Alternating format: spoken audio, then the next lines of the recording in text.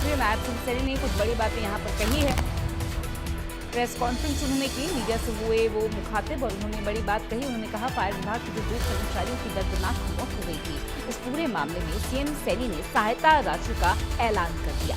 दोनों को 30-30 लाख रुपए की राशि दी जाएगी। सीएम ने बड़ी घोषणा कर दी। परिवार के एक मेंबर को HKRN के तहत नौकरी मिलेगी। हमारे साथ हमारे सहयोगी जुड़ रहे हैं, साहिल रुखाया, उनसे बात करते हैं। साहिल, यहाँ पर सूबे के सीएम नायब सिंह सैनी ने 30-30 लाख रुपए के सहायता राशि की बात कही है। HKRN को लेकर जो है नौकरी देने की भी बात उन्होंने कही। क्या कहेंगे, क्या जानकारी?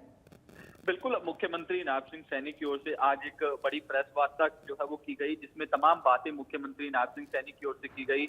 तमाम बेनिफिशियरीज हैं उनको जो है राशि जो है वो जारी की गई है। लाडो लक्ष्मी योजना के तहत, दयालु योजना के तहत जो और अनुसूचित जाति के जो किसान हैं उनको ट्रैक्टर के लिए भी जो राशि है वो जारी की गई है। इसके अलावा मुख्यमंत्री नायब सिंह सैनी की ओर से एक जिस तरीके से बड़ी बात जो है वो कही गई है, क्योंकि फरीदाबाद में पिछले दिनों फायर विभाग के 2 कर्मचारियों की जो है वो मौत हो गई थी। उस मामले में मुख्यमंत्री नायब सिंह सैनी ने कहा है कि पीड़ित परिवार के माफ कीजिएगा जो जिनकी मृत्यु हुई है उनके परिवार को 30 लाख रुपए की सहायता राशि जो है वो दी जाएगी और इसके साथ साथ प्रति मेंबर को HKRN के तहत जो है वो नौकरी देने की बात भी जो है मुख्यमंत्री नायब सिंह सैनी की ओर से कही गई है। और इसके अलावा बैंक का जो इशू लगातार चल रहा है, बैंक फ्रॉड मामले में भी मुख्यमंत्री की ओर से कहा गया है कि इस मामले की जांच जो है वो चल रही है, कोई भी दोषी होगा उसको बख्शने का काम जो है वो नहीं किया जाएगा। तमाम बड़ी बातें मुख्यमंत्री नायब सिंह सैनी की ओर से आज की प्रेस वार्ता में जो है वो कही गई है। और इसके अलावा और भी ओपोजिशन पर भी कई बड़े सवाल जो हैं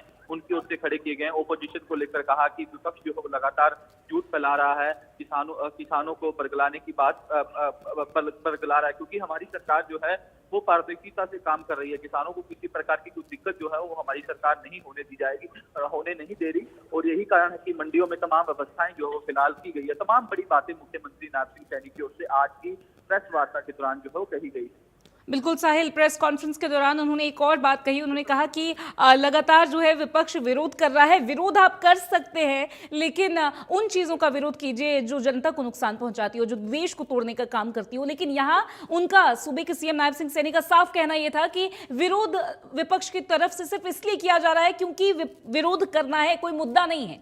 क्या कहेंगे? बिल्कुल बिल्कुल, मुख्यमंत्री नायब सिंह सैनी की ओर से कहा गया कि हाँ, क्योंकि लोकतंत्र में विपक्ष की भूमिका होती है कि हाँ, अगर कुछ आपको गलत लगता है तो आप विरोध कीजिए, लेकिन बेफालतू की चीजों को इस तरीके से क्रिएट करके जो है जो सही योजनाएं हैं उसको लेकर जो है एक ऐसा नैरेटिव क्रिएट ना करे जिससे जो है वो गलत मैसेज जाए। और आपको मुद्दा लगता है, मुद्दा उठाइए, आपको सही मुद्दा लगता है उठाइए, अगर कोई कमी होगी तो हम उसको दूर करने का काम करेंगे। लेकिन जो बेनिफिट जनता को जिस योजना से या जिससे मिल रहा है उसके बारे में इस तरीके की टिप्पणी जो है वो करना ठीक नहीं है और इस तरीके के सवाल जो है वो नहीं उठाने चाहिए। ये तमाम बातें मुख्यमंत्री नायब सिंह सैनी की ओर से कही गई है। साहिल, क्योंकि मुख्यमंत्री की प्रेस कॉन्फ्रेंस की यहाँ पर बात कर रहे हैं, तो आज जब व्यस्तता की सूची दर्शकों को बताई थी वो काफी लंबी थी। आज का स्केड्यूल काफी बिजी है सूबे के सीएम का। बैक टू बैक मीटिंग्स है, back to back marathon meetings है। क्या कहेंगे, अभी आगे के क्या कुछ कार्यक्रम हैं, किन एजेंडास पर वापस मीटिंग होने जा रही है?